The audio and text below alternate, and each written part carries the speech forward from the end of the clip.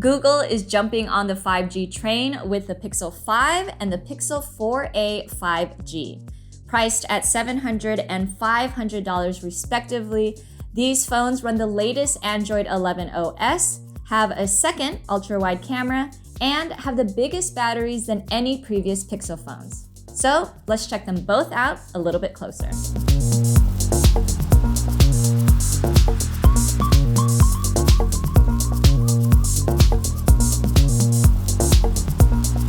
Let's start with what makes the phones different. My colleague Lexi has an excellent explainer comparing these two that I encourage you to check out. But really quickly, the more premium Pixel 5 has a 90Hz display, more RAM, a slightly bigger battery, and an aluminum body that's water resistant. It also has wireless charging and reverse wireless charging. The Pixel 4a 5G, on the other hand, is a tad larger, has a polycarbonate design that's not water resistant, and it has a headphone jack. Other than that, though, the phones share the same camera setup, processor, and general look and feel. Like past years, the Pixel phone's main selling point is the camera. Google got rid of the telephoto lens that we saw on the Pixel 4 and replaced it with an ultra-wide camera. This wider field of view is great for sweeping landscapes or just fitting more buddies in your photos. The camera's low light mode, branded as night sight, takes great pictures in dim lighting. And now it works in portrait mode, so you can still take those polished, dramatic pictures in the dark.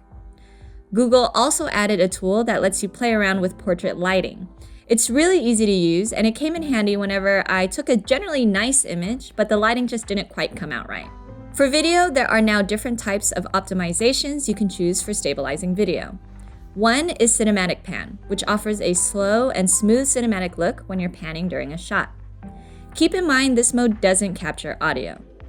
For you slow-mo fans out there, the phones can also now record 60 frames per second in 4K resolution.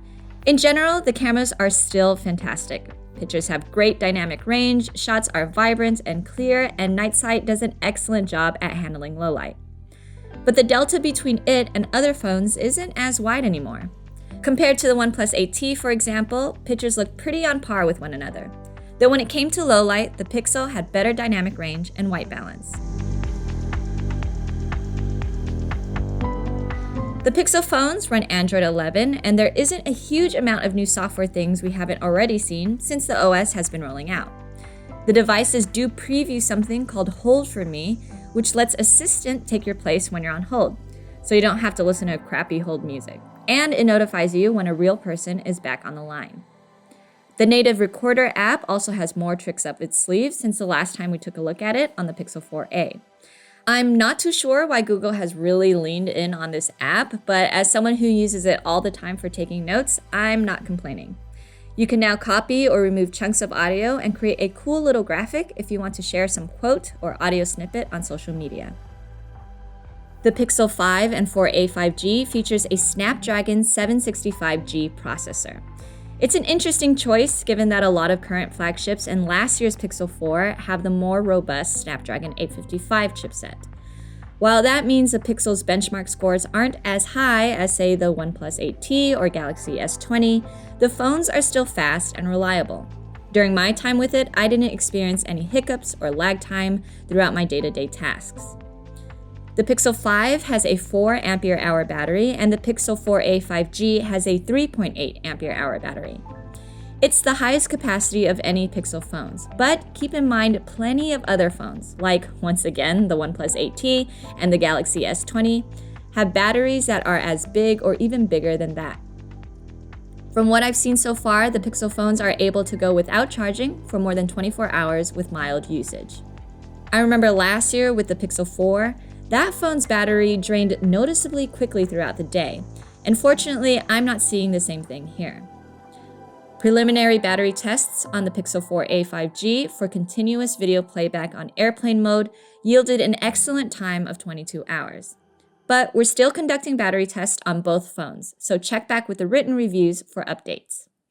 And lastly, Google is introducing a new mode called Extreme Battery Saver that severely limits app usage to extend battery life.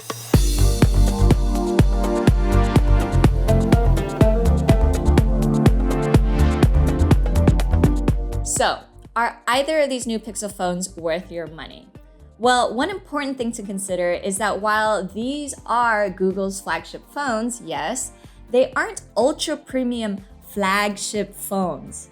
Software-wise, the updates are pretty incremental, and when it comes to hardware, there are plenty of phones from Samsung, Apple, OnePlus, even LG that boast faster processors, bigger batteries, and more cameras. But Google knows this, and that's why the phones are priced the way they are.